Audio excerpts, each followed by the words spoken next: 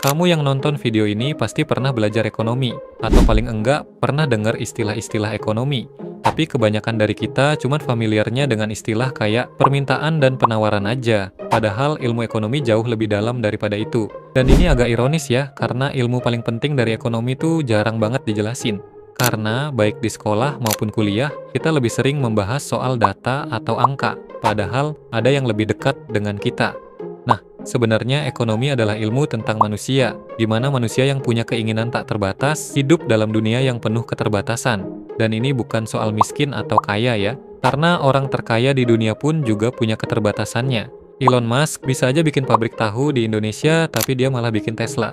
Jeff Bezos bisa aja bikin banyak salon, tapi ia malah bikin Amazon. Nah, semua itu ada keputusan ekonominya. Jadi ekonomi itu nggak cuma tentang uang, tapi juga tentang pilihan. Dan di video kali ini, kita akan jelasin beberapa istilah ekonomi menggunakan bahasa sehari-hari. Mari kita mulai dari yang pertama. Scarcity. Scarcity atau kelangkaan adalah konsep paling fundamental dalam ilmu ekonomi. Materi ini harusnya adalah materi yang pertama kali diajarin waktu kamu belajar ekonomi. Tapi ironisnya justru materi inilah yang sering dilupakan. Nah, konsep scarcity itu simple, yaitu sumber daya yang ada di dunia ini terbatas, tapi keinginan manusia itu enggak. Dari dulu, sekarang, sampai masa depan, keinginan manusia akan selalu lebih besar dari apa yang bumi bisa sediakan. Contoh paling dasarnya adalah tanah. Di bumi, kita nggak bisa bikin tanah baru. Baik tanah di desa maupun di kota, luasnya akan segitu-gitu aja. Tapi orang yang mau tinggal di sana akan terus bertambah. Contohnya di Jakarta.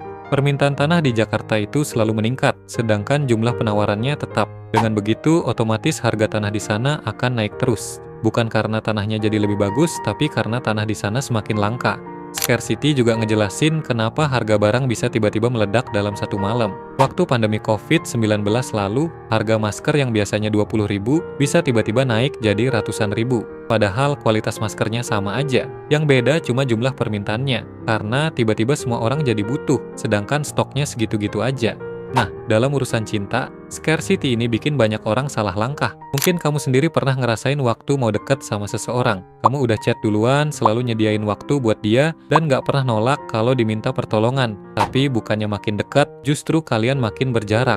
Heran nggak? Mari kita jelasin pakai prinsip scarcity ini.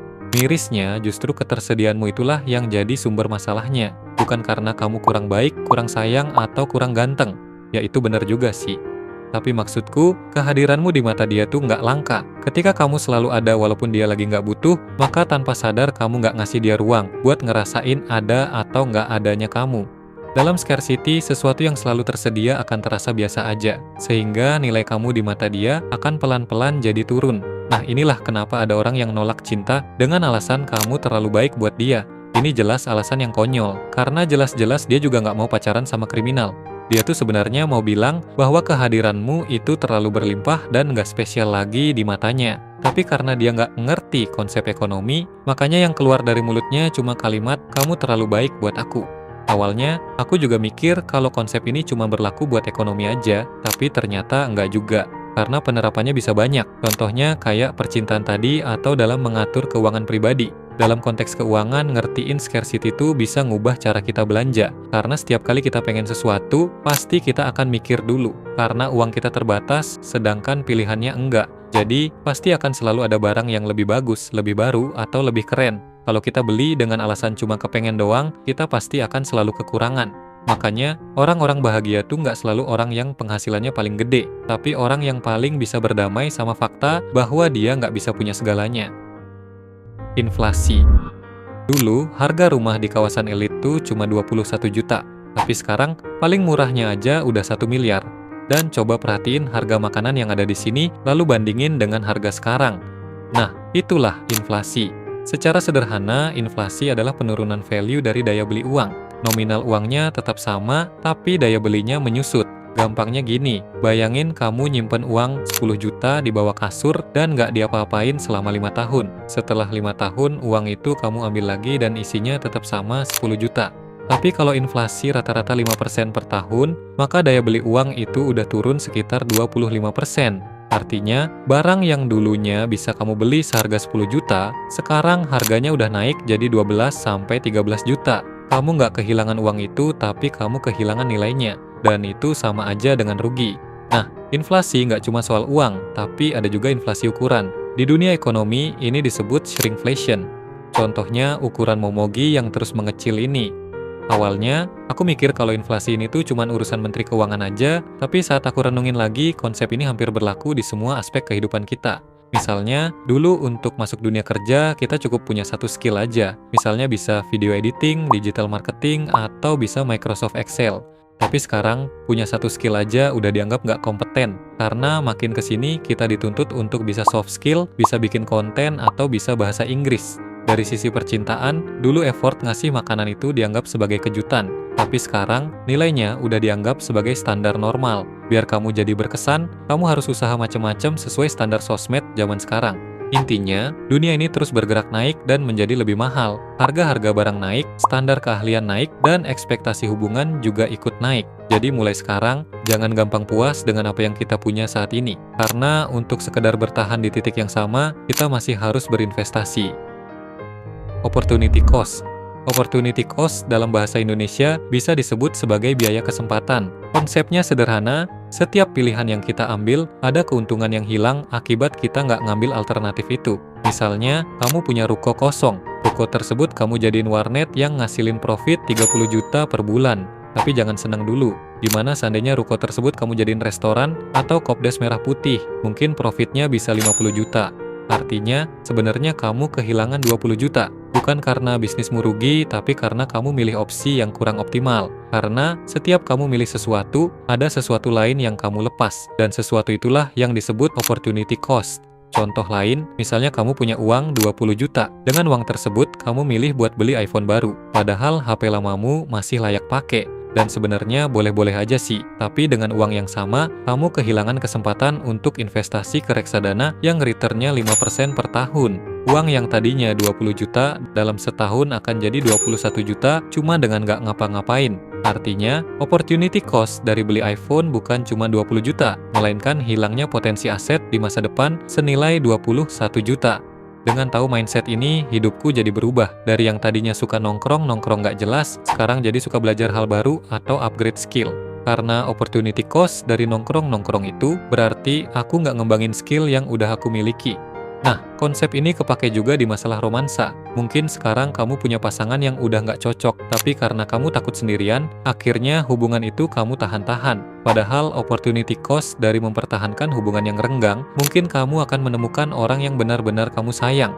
Intinya, hidup ini memang punya pilihan, tapi ada kerugian lain yang bisa terjadi atas pilihan yang nggak kamu ambil. Trade-off. Trade-off kalau diterjemahin secara langsung artinya kompromi atau pertukaran. Konsepnya sederhana, yaitu di dunia ini nggak ada yang gratis, bahkan makan siang bergizi itu sebenarnya juga nggak gratis. Karena untuk mendapatkan sesuatu, pasti ada hal lain yang dikorbankan. Intinya, kita nggak bisa mendapatkan semuanya secara bersamaan. Misalnya dalam level negara, ketika pemerintah mensubsidi BBM, maka rakyat akan senang karena harga bensin jadi turun. Tapi yang menanggung selisihnya adalah anggaran negara. Nah, anggaran negara yang tersedot ini seharusnya bisa dipakai untuk membangun sekolah, bangun rumah sakit, bangun fasilitas umum, atau pemerataan infrastruktur. Begitu juga dengan MBG. Tujuannya memang mulia, yaitu pengen ngasih makan anak-anak biar nggak stunting. Tapi, disinilah trade-off-nya. Dengan anggaran yang lebih dari 300 triliun per tahun, MBG memaksa pemerintah buat ngurangin banyak alokasi belanja di sektor-sektor lainnya. Misalnya, ngurangin anggaran buat upgrade kualitas pendidikan, kesehatan, riset teknologi, atau infrastruktur tadi. Dan ini nggak cuma berlaku buat negara aja, tapi ke masalah percintaanmu juga. Kalau kamu milih pasangan yang gila kerja, ambisius, atau fokus bangun karir, maka trade-off-nya adalah dia bakal jarang ngabarin kamu, karena dia pasti sibuk. Tapi kalau kamu milih pasangan yang waktunya selalu tersedia, maka kamu harus hati-hati. Karena trade-off-nya, mungkin dia memang nggak punya tujuan hidup atau lagi fokus nganggur.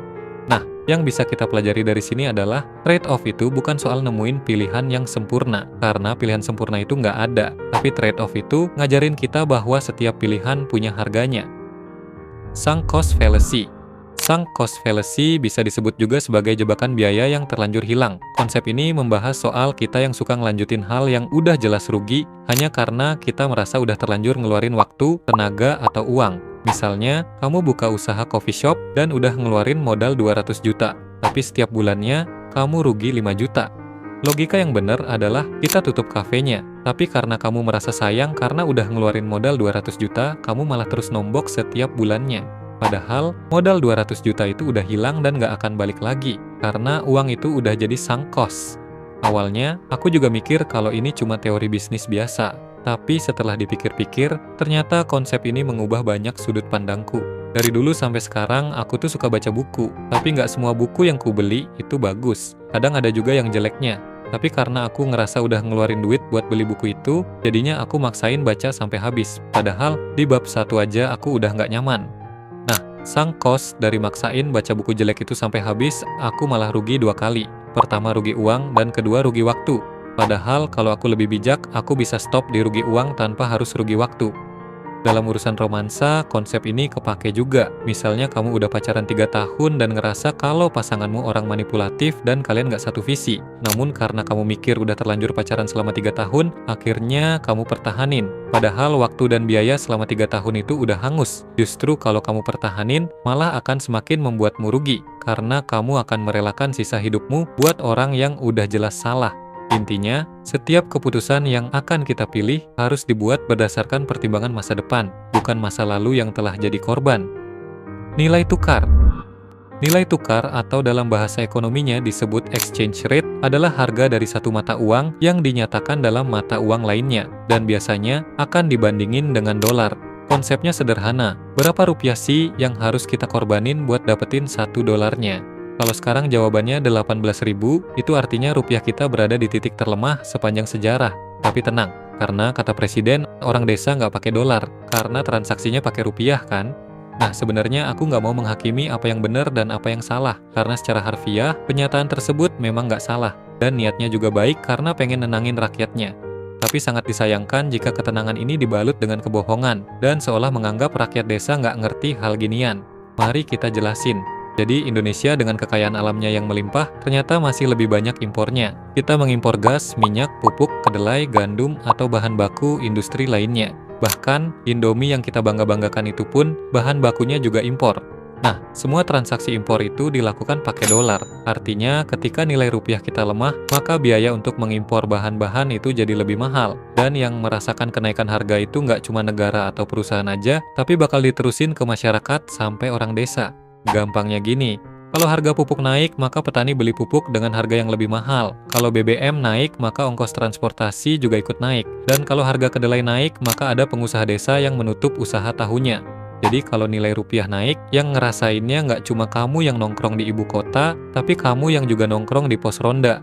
Intinya, kamu nggak perlu pegang dolar untuk ngerasain dampak kenaikannya. Dan nilai tukar itu bukan angka yang dipakai pemain saham aja, tapi ia adalah cerminan nilai dari kita sebagai bangsa. Belajar ekonomi itu nggak cuma buat sekolah atau tugas kuliah, karena ilmunya bisa berguna di mana aja. Dan yang paling penting untuk diingat lagi adalah, ekonomi adalah ilmu tentang pilihan, karena setiap keputusan yang kita ambil, baik itu tidur atau kerja, nabung atau belanja, diam di zona nyaman atau ambil risiko, itu semua ada keputusan ekonominya. Pada akhirnya, kita semua adalah ekonom, walaupun dalam lingkup ekonomi pribadi aja. Sekian video kali ini dan semoga bermanfaat.